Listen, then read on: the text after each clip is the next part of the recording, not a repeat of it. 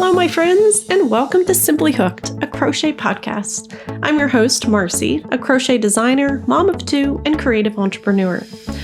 Here we celebrate the joy of crochet and talk about what it really means to create a life you love through your own unique gifts.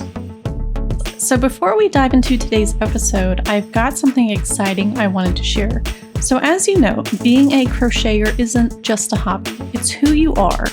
And now you can show off that love with my brand new crochet merch collection. From cozy mugs to wall art to sweatshirts, this is your opportunity to celebrate your maker identity. So whether you're treating yourself or looking for the perfect gift for a yarn-loving friend, this collection was created with you in mind. I will continue to design and add new items on a regular basis, but I gotta tell you, it's off to a pretty strong start. There's some cute stuff in there, so I will include a link in the show notes so you can check that out. All right, so now let's jump into the episode. So today I am taking you back to 2014, long before I ever designed crochet patterns, before I was teaching courses, and way before I had an Etsy shop. Back then, I was just a crocheter who loved making plushies. I had only just started dreaming about what it might be like to have a crochet business one day. But in my mind, that dream felt so far away, almost unreachable. And then something wild happened. One of my crocheted hippos ended up in Times Square in New York City. Yes, like on the big screen. So today's episode isn't a how-to or a step-by-step lesson. It's really just a story. But stories can be powerful. They remind us that the things we make with our hands matter, and that if we put ourselves out there, our creativity can take us to places we never expected. And here's just a personal note, a bit of a tangent, but part of the reason I even wanted to start this podcast was I wanted to create a collection of episodes with stories that my kids could listen to one day when I'm no longer here. And I know that might sound a little bit heavy, but I love the fact that my kids are going to have this unique opportunity to hear mommy's voice during a very real, transformative season of her life. A time when I was figuring things out, taking risks, and learning who I was as both a maker and a mom. And so these episodes are little snapshots of my journey, filled with things I've discovered about creativity, resilience, and what it means to live with intention. And I hope one day that my kids can listen back to this and not just hear stories about crochet, but hear the heart behind them. I hope that they hear the laughter, the struggles, the lessons, and wonder what it looked like to chase a dream in real time. And maybe in their own seasons of uncertainty, these words and stories and little nuggets of wisdom that I've gathered along the way will remind them that it's okay to dream big and to keep going when it feels messy, and always to find joy in the process. So for me, that's the beauty of recording these episodes. It's not just content, it's like a time capsule. And that is just pretty darn special. So anyway, that's a bit of a tangent, but as I started to map out this episode, I thought I had a little imposter syndrome, like, who's going to want to hear these like random stories? And I thought, well, if no one else does, then certainly my kids will want to hear it one day. And then it reminded me that that's what this is. I just love that a podcast can, become a part of your legacy, and the fact that when I'm gone one day, they can hear my voice and hear me tell these stories and share, all these life lessons that I've learned. So anyway, it's just kind of cool. All right, so let's get into the story. It was June of 2014, and Michael's, the big craft store that we all know and love, posted something on Twitter. It was simple. It was something like, submit a photo of your handmade work, use the hashtag Made with Michaels, and we have a big surprise coming Tuesday morning. And that was it. There were no details, no explanation, just curiosity. So myself, like hundreds of other makers, I thought, why not?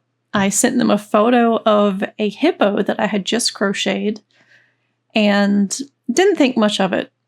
And then a few days later, I got a message in my Twitter inbox that stopped me in my tracks that actually addressed me by my first name and told me to tune in to the Times Square live feed tomorrow morning and that my photo was going to be featured along with a bunch of other makers that submitted photos.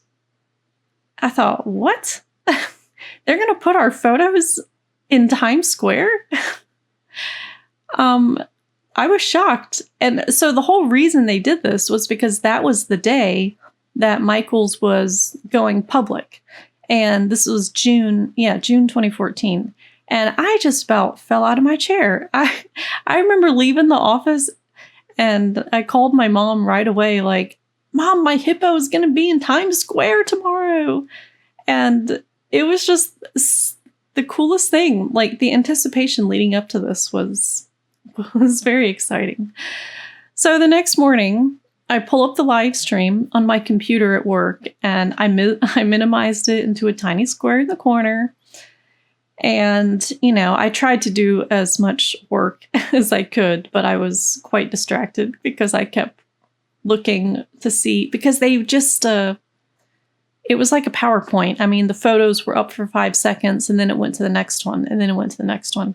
So you just had to be watching to see when yours came.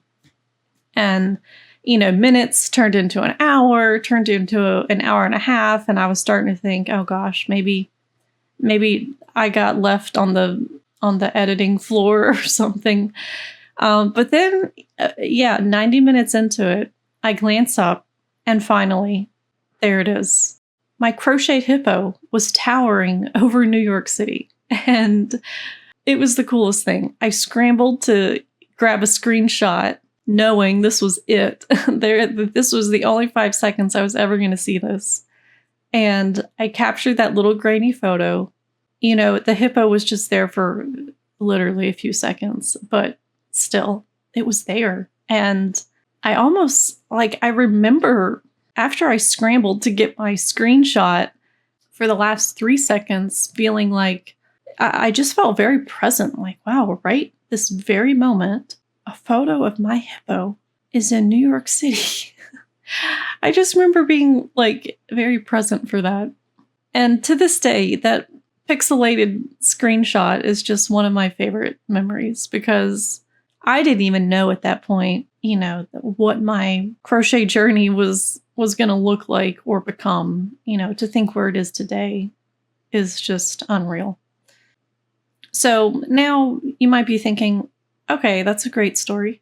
But what does it mean for me? So here's where I want to go with this. You never know where your work can go.